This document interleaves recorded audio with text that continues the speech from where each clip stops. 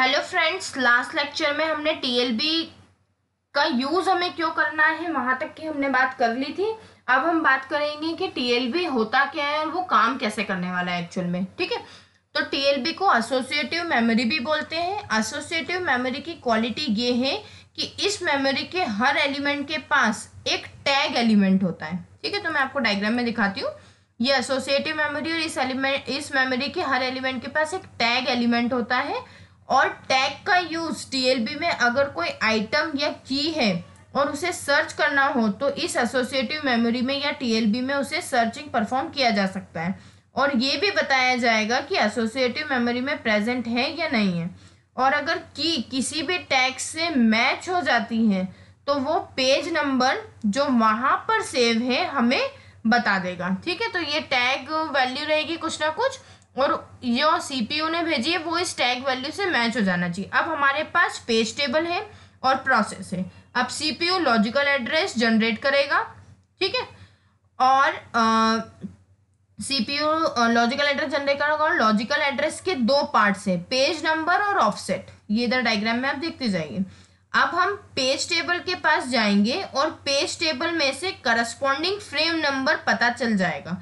But यहाँ पर CPU page table के पास जाने के बजाय इस पेज नंबर को सारे टैग्स जो यहाँ पे अवेलेबल है को देगा जो जो एसोसिएटिव मेमोरी में है। अगर कोई पेज नंबर किसी टैग से मैच हो जाता है तो वो करस्पॉन्डिंग फ्रेम नंबर, यहाँ पे क्या सेव है, frame number, corresponding frame number दे देगा और हमें पेज टेबल के पास जाने की जरूरत नहीं होगी जो मेन मेमोरी में हमने यहाँ पर रख रखी है। ठीक है, हमको पेज टेबल के पास जाने की जरूरत नहीं होगी। हम सीधे कहाँ चले जाएंगे, मेन मेमोरी के पास चले जाएंगे, क्योंकि हमको क्या मिल गया, फ्रेम नंबर।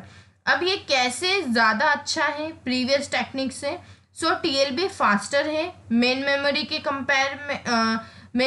कंपेयर में, और हम डायरेक्टली वर्चुअल एड्रेस को फिजिकल एड्रेस में यहाँ पर कन्वर्ट कर लेंगे। क्यों? क्योंकि हमें तो हमारे पास तो क्या था, पेज नंबर, उसके करस्पॉन्डिंग हमको फ्रेम नंबर मिल गई और ऑफसेट तो एज इट इज, तो हमने क्या कर लिया, फिजिकल एड्रेस में कन्वर्जन कर लिया। बिकॉज हम डायरेक्ट मेमोरी मैनेजमेंट में ज़्यादा जाएंगे और एग्जीक्यूशन स्टार्ट कर देंगे। ठीक है, तो अगर कोई पेज अगर कोई पेज फर्स्ट टाइम लोड हो रहा है तो मेन मेमोरी में जाने की रिक्वायरमेंट है। बट अगर एक बार टीएलबी में एंट्री हो गई तो मेन मेमोरी में जाने की रिक्वायरमेंट नहीं रहेगी। अब एक और एग्जांपल में देखते हैं। Suppose TLB access time 20 nanosecond है। ठीक है, यहाँ पे मैंने दे रखा है 20 नैनोसेकंड। इसका मतलब ये है कि अगर हम टीएलबी एक्सेस करेंगे और ये डिसाइड करेंगे कि पेज प्रेजेंट है या नहीं टीएलबी में, तो उस प्रोसेस में जो टाइम लगने वाला है वो 20 नैनोसेकंड है। और एज्यूम पेज टेबल जो कि मेन मेमोरी में प्रेजेंट है उसको एक्सेस करने के लिए जो टाइम लगने वाला है वो है 100 नैनोसेकंड, और मेन मेमोरी को एक्सेस टाइम भी 100 नैनोसेकंड। देयरफॉर टीएलबी फास्टर है कंपेयर टू मेन मेमोरी। और इन केस अगर हम जो पेज सर्च कर रहे हैं कहाँ पर, यहाँ टीएलबी में, वो अगर ऑलरेडी टीएलबी में प्रेजेंट है देन हमें पेज टेबल के पास जाने की ज़रूरत नहीं होगी, क्योंकि हमें डायरेक्टली फ्रेम नंबर मिल जाएगा, वो भी कितने टाइम में, 20 नैनोसेकंड में। और जब इस टीएलबी से फ्रेम नंबर मिल जाएगा देन आपका वर्चुअल एड्रेस फिजिकल एड्रेस में कन्वर्ट हो जाएगा। सो टोटल टाइम कितना लगा, 20 नैनोसेकंड्स प्लस 100 नैनोसेकंड, तो 120 नैनोसेकंड। अगर आपको पेज मिल गया टीएलबी में तो सिर्फ कितने टाइम में हमने टास्क परफॉर्म कर लिया, 120 नैनोसेकंड्स में टास्क परफॉर्म कर लिया। बट अगर टीएलबी में एंट्री नहीं मिली तो 20 नैनोसेकंड्स तो हमें लग ही चुके हैं, क्योंकि हमने टीएलबी में पहले तो सर्च किया। देन हम पेज टेबल में जाएंगे और वो पर्टिकुलर पेज टेबल एंट्री को फाइंड करेंगे। वो पेज टेबल कहाँ रखी, मेन मेमोरी में, तो उसमें कितना टाइम लगेगा, 100 नैनोसेकंड। और इस टाइम के बाद virtual address to physical address conversion होगा। सो मेन मेमोरी में जाएंगे वापस और यहाँ पर भी 100 नैनोसेकंड लगेगा। तो कितना टाइम, अगर टीएलबी में हमारा रिक्वायर्ड पेज नहीं मिलता है तो हमको कितना टाइम लग जाएगा, 20 प्लस 100 प्लस 100 पेज टेबल का टाइम और मेन मेमोरी का एक्सेस टाइम, तो कितना हो गया, 220 नैनोसेकंड हो गया। और अगर टीएलबी में रिक्वायर्ड पेज नहीं मिला तो ये भी मेक श्योर करना होगा कि टीएलबी में न्यू एंट्री हुई है या नहीं हुई है।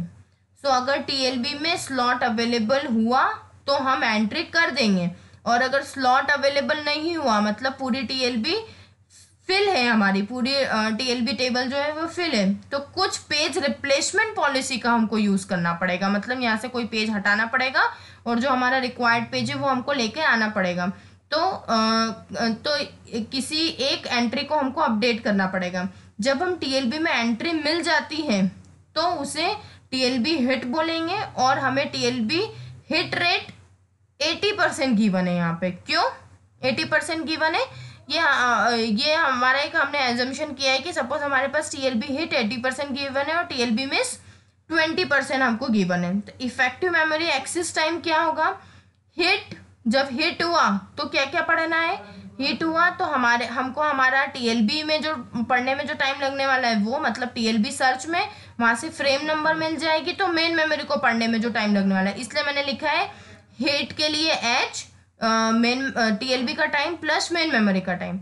और अगर टीएलबी में नहीं मिला डेटा तो प्लस 1 माइनस एच, मतलब टीएलबी में डेटा नहीं मिला मतलब मिस, तो उसके लिए हमने क्या लिखा है 1 माइनस एच। और नहीं मिलता है तो यहाँ का टाइम तो लग ही चुका है, तो टी टाइम जो है वो किसके लिए हो गया? टीएलबी के लिए हो गया। एम टाइम मेन मेमोरी में जो पेज टेबल रखी है उसमें जाके पढ़ने के लिए हो गया। और फिर ओनली एम टाइम जो है वो किसके लिए हो गया है? पूरी मेन मेमोरी में वापिस हमको पेज टेबल में से वो फ्रेम नंबर मिलेगी और उस फ्रेम नंबर को जाके हमको पढ़ना है, तो वो एम टाइम हो गया। तो जब अगर हमारे पास कितना दिया है? टीएलबी हिट 80% और मिस 20% दिया है, और टी और एम का और पेज टेबल का भी मेमोरी एक्सेस टाइम 100 नैनोसेकंड दिया है। तो जब हम यहाँ पे वैल्यूज पुट करेंगे सारी, तो वैल्यू पुट करेंगे तो कितना कितना आ जाएगा? 0.8%। तो किसका है? हमारे पास हिट का है। फिर ये टीएलबी को एक्सेस करने का टाइम, ये मेन मेमोरी को एक्सेस करने का टाइम, और 0.2 हमारा मिस का टाइम है। फिर 20 हमारा टीएलबी एक्सेस टाइम, 100 हमारा पेज टेबल एक्सेस टाइम, क्योंकि पेज मिला नहीं टीएलबी में तो पेज टेबल के पास जाना पड़ेगा, और फिर 100 मेन मेमोरी का एक्सेस टाइम। ठीक है, तो ये इससे हमने ये फॉर्मूला जो है वो जनरेट कर लिया। तो टोटल हमको 140 नैनोसेकेंड्स लग गए हैं, और ये पूरा concept single level page table के लिए अब एप्लीकेबल है। और अगर इसको मल्टी लेवल पेज टेबल के लिए एक्सटेंड करेंगे आप, तो ये देखिए जो पेज टेबल का एक्सेस टाइम था उसके आगे हमने क्या लिख दिया है? के लिख दिया है। तो अब जितने लेवल की पेज टेबल होगी 2, 3, 4, 5 जितना भी लेवल का पेज टेबल हो, वहां पे यहाँ पे आपको के की प्लेस पे उसका मल्टीप्लाई कर देना है। ठीक है, तो इस तरह से हमने क्या फाइंड आउट कर लिया है? हमारा टीएलबी के केस में इफेक्टिव मेमोरी एक्सेस टाइम जो है वो कितना है, वो हम इन फॉर्मूले से फाइंड आउट कर लेंगे। Okay, thank you. अगर आपको मेरा लेक्चर अच्छा लगा है तो लाइक बटन पे क्लिक कीजिए और मेरे चैनल को सब्सक्राइब करके और अपडेट्स लेते रहिए। Thank you.